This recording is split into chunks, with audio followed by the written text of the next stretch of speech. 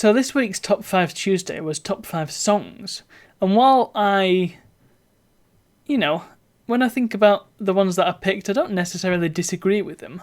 But the problem with something like the problem with all the top 5s, but particularly with songs, is that you miss stuff out because it's just off the top of your head, or it changes day to day. And songs, that is especially, for me, it's especially noticeable with. So I thought I'd just talk about a few other songs that I like and would probably have put in a top 5 were it a different day. And now I've got to think of the ones that I was going to talk about. Well,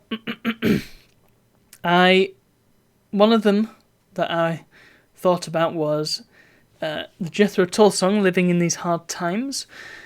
Now the thing is, Jethro Tull's my favourite band, and it's quite impressive that I managed to do a top 5 with not a single Tull song on there. So, like I said, it changes day to day. But the reason this song is so interesting, when I first heard it, I think it was a bonus track on one of the earlier re-releases of Heavy Horses, or Songs from the one of the two. It was a bonus track on one of the re-releases of the CDs, basically, and I didn't really think much of it.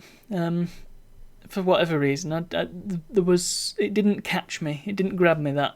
And bonus tracks, unreleased tracks, sometimes they're a bit rubbish, and that's why they didn't release them. And for me, that was kind of that. But they re-released it again on a more modern, the Heavy Horses box set, and they actually released 2 versions. The first version is on there, and it's still not very good. But the second version, somehow, it's the same song, but the production is different, and it elevates it to being one of my favourite songs, which is quite impressive.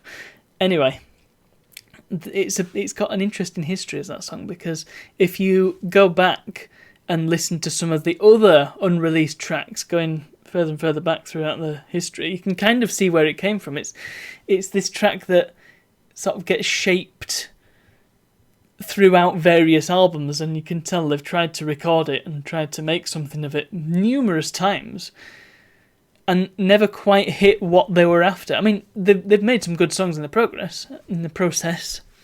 I would say even going back to Wondering Again, I think, on the Aqualung re-release, and then subsequently you get closer and closer to the song that they ended up with, which is Dark Ages, and you can see that evolution, and that's part of the reason why that track is so fascinating. But there's just something about the sound of it that I enjoy, particularly in that other version that I talked about. And perhaps most impressively of all, it's called Living in These Hard Times. 1976 or thereabouts, and they're talking about the same issues that we're having now. Plus a change, plus les mêmes choses. And speaking of which one was I going to say? I mean, Circumstances by Rush is a quality track. Probably not my favourite Rush track, but it's the one that's just come to mind. Really good track. And that album, actually, interesting fact about... which album is it now? It's not Hemispheres, it's... Why can't I think which one it is? Either way, whatever album has got Cygnus X1, that is the highest, I believe, I could be a little bit wrong on this, but I'm pretty sure it is the highest note ever sung by a human. And if you listen to Cygnus X1, Book 1, that's what it's called, you will hear the note. It's towards the end. Geddy Lee is screaming into the microphone, and he hits this note that nobody should ever be able to hit. It's quite incredible. Definitely worth a listen. There's a whole bunch of Rush tracks that I could list off here, because Rush, just such an incredible band, or were. But I'm going to go with somebody different for my third choice of the evening. And let me think. Let me just delve into songs that I think of when I think of good songs. And